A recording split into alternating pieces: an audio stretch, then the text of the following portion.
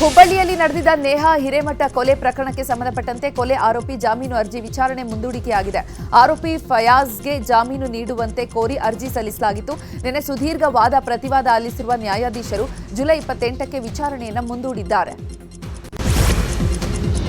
ಶೀಘ್ರದಲ್ಲೇ ಬೆಳಗಾವಿ ಪುಣೆ ನಡುವೆ ಮತ್ತೊಂದು ವಂದೇ ಭಾರತ್ ರೈಲು ಸಂಚಾರ ಆರಂಭಗೊಳ್ಳಲಿದೆ. ಈಗಾಗಲೇ ಪುಣೆ ಬೆಳಗಾವಿ ಹುಬ್ಬಳ್ಳಿ ಮಾರ್ಗದಲ್ಲಿ ಒಂದು ರೈಲು ಸಂಚಾರ ಮಾಡ್ತಾ ಇದೆ. ಈಗ ಬೆಳಗಾವಿ ಪುಣೆ ನಡುವೆ ಹೊಸದಾಗಿ ವಂದೇ ಭಾರತ್ ರೈಲು ಆರಂಭವಾಗಲಿದ್ದು ಸತರಾ ಸಾಂಗ್ಲಿ ಮೀರಜ್ ಮಾರ್ಗವಾಗಿ ಓಡಾಡಲಿದೆ. ಈ ಬಗ್ಗೆ ಶೀಘ್ರದಲ್ಲೇ ರೈಲ್ವೆ ಇಲಾಖೆ ಮಾಹಿತಿ ನೀಡುವ ಸಾಧ್ಯತೆ ಇದೆ.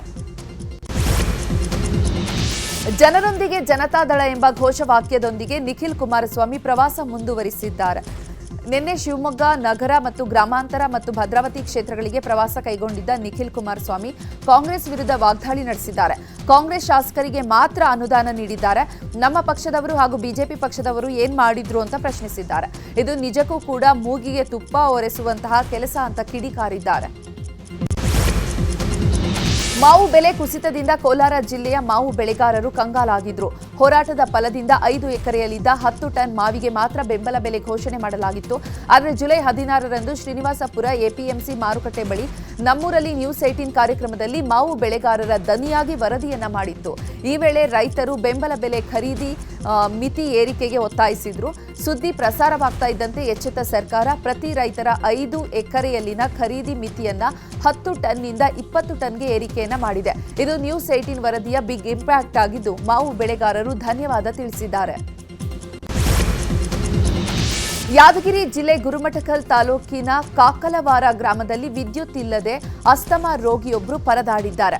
ಗುರುಮಠಕಲ್ ಪಟ್ಟಣದ ಬಸ್ ನಿಲ್ದಾಣದಲ್ಲಿ ನೆಬ್ಯುಲೈಸರ್ ಹಾಕೊಂಡು ಪ್ರಾಣ ಉಳಿಸಿಕೊಂಡಿದ್ದು, ಈ ಬಗ್ಗೆ ನಿಮ್ಮ ನ್ಯೂಸ್ 18 ವರದಿಯನ್ನ ಮಾಡ್ತಾ ಇದ್ದಂತೆ ಕಾಕಲವಾರ ಗ್ರಾಮಕ್ಕೆ ಜೆಸ್ಕಾಂ ಅಧಿಕಾರಿಗಳು ಭೇಟಿ ನೀಡಿ ವಿದ್ಯುತ್ ದುರಸ್ತಿಗೊಳಿಸಲು ವಿಳಂಬ ಮಾಡಿದ ಲೈನ್ಮ್ಯಾನ್ಗಳ ಮತ್ತು ಜೆಸ್ಕಾಂ ಡಬಲಿ ರಾಘವೇಂದ್ರನನ್ನ ತರಾಟೆಗೆ ತೆಗೆದುಕೊಂಡಿದ್ದಾರೆ.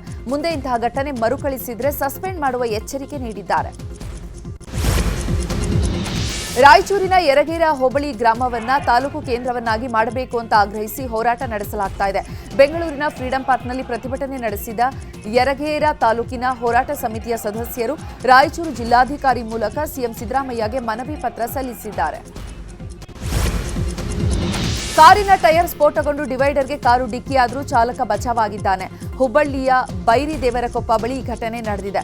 ಧಾರವಾಡ ಕಡೆಯಿಂದ ಹುಬ್ಬಳ್ಳಿಯತ್ತ ಬರ್ತಾ ಇದ್ದ ವೇಳೆ ಈ ದುರ್ಘಟನೆ ಸಂಭವಿಸಿದೆ. ವೇಗವಾಗಿ ಬಂದ ಕಾರು ಕಂಟ್ರೋಲ್ ತಪ್ಪಿ ಪಕ್ಕದ ಡಿವೈಡರ್ಗೆ ಗುದ್ದಿದೆ. ಈ ಘಟನೆಯಲ್ಲಿ ಕಾರಿನ ಚಾಲಕನಿಗೆ ಸಣ್ಣಪುಟ್ಟ ಗಾಯಗಳಾಗಿದೆ. ಗಾಯಾಳು ಚಾಲಕ ಕಿಮ್ಸ್ ಆಸ್ಪತ್ರೆಯಲ್ಲಿ ದಾಖಲಾಗಿದ್ದಾರೆ.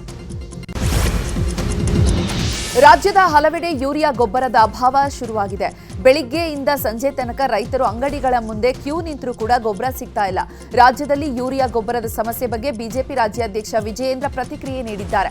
ಕೂಡಲೇ ಸರ್ಕಾರ ರೈತರ ಸಮಸ್ಯೆಗೆ ಸ್ಪಂದಿಸಬೇಕು ಅಂದಿದ್ದಾರೆ. ರಸಗೊಬ್ಬರ ವಿಚಾರದಲ್ಲಿ ಕೃಷಿ ಸಚಿವ ಚಲುವರಾಯಸ್ವಾಮಿ ಯೂಟರ್ನ್ ಹೊಡೆದಿದ್ದಾರೆ. ಮೊನ್ನೆಯಷ್ಟೇ ಗೊಬ್ಬರ ಸ್ಟಾಕ್ ಇದೆ ಎಂದಿದ್ದ ಕೃಷಿ ಸಚಿವರು ನಿನ್ನೆ 100ಕ್ಕೆ 100ರಷ್ಟು ಗೊಬ್ಬರ ಸ್ಟಾಕ್ ಇಲ್ಲ, ಸಮಸ್ಯೆ ಇದೆ, ಇರಾನ್ನಿಂದ ಇಂಪೋರ್ಟ್ ಆಗ್ತಾ ಇಲ್ಲ ಅಂದಿದ್ದಾರೆ.